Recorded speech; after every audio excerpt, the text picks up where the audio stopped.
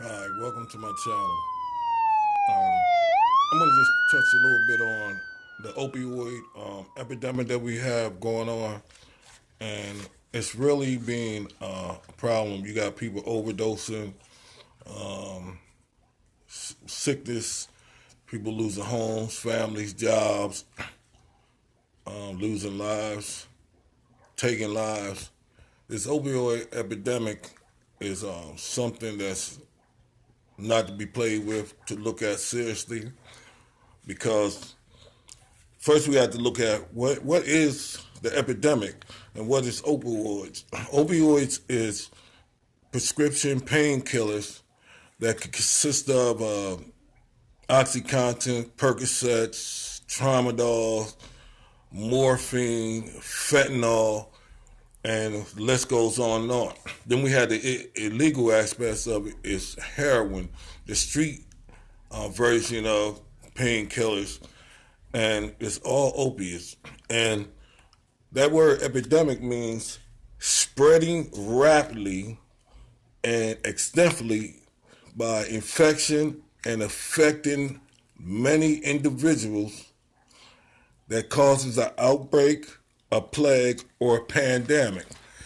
Um, Speaking for somebody that knows what it is, you can't play with it.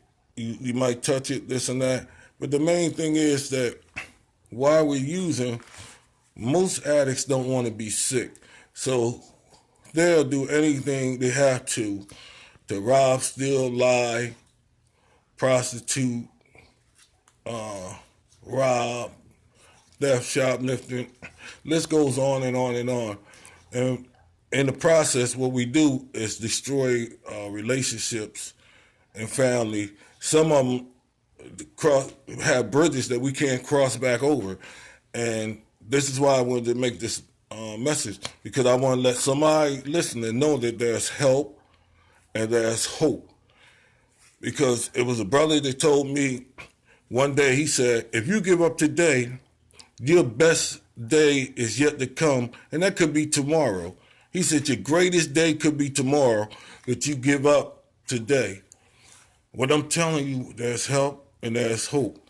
There's a number I'm going to leave at the bottom of this in description, and it's going to be a helpline for those who needs help or families that needs to find out how to get help for their loved ones. It's going to be 1-800-521-HELP. 1-800-521-HELP. And I just want to let you know that just keep holding on. Um, Relationships can be mended, broken things can be fixed. But once you cross over, and if you OD or if you take a life, or a life is taken because you're using and not thinking, then it's no turning around.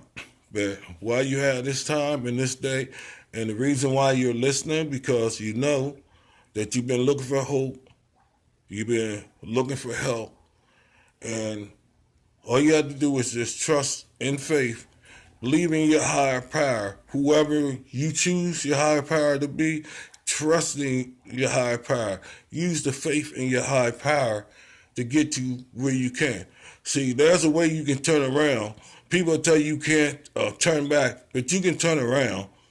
Uh, you did a 180, do another 180 to get back to where you was at, to get back to the normal life, to get back to your family, get back to knowing what joy is, get to back to not knowing what depression is, not eating, getting healthy again. Um, it's hope. It's hope. It's all up to you though, and we can't wait on the president or the Congress or Senate, whatever, to send out budgets and make these laws, this and that. It's up to you. You gotta want it more than anybody want it. No matter how much you want to do it for this person, that person, you gotta want it for you first. Families understand that they going through things, and they might have stole from you or they done things. They didn't want to do it, but it was the disease that took control of them, where they didn't want to be sick, where they felt artificial high, artificial joy, artificial euphoric, But once they get into a sober life and sober living and not being an active addiction no more, you'll see a difference. You'll see a change. But most of all, keep praying for them. Sometimes tough love works, but most of all, prayer works all the time. So there is hope and there is help. And that number again is 1-800-521-HELP, help. Until the next one, subscribe, like, and share.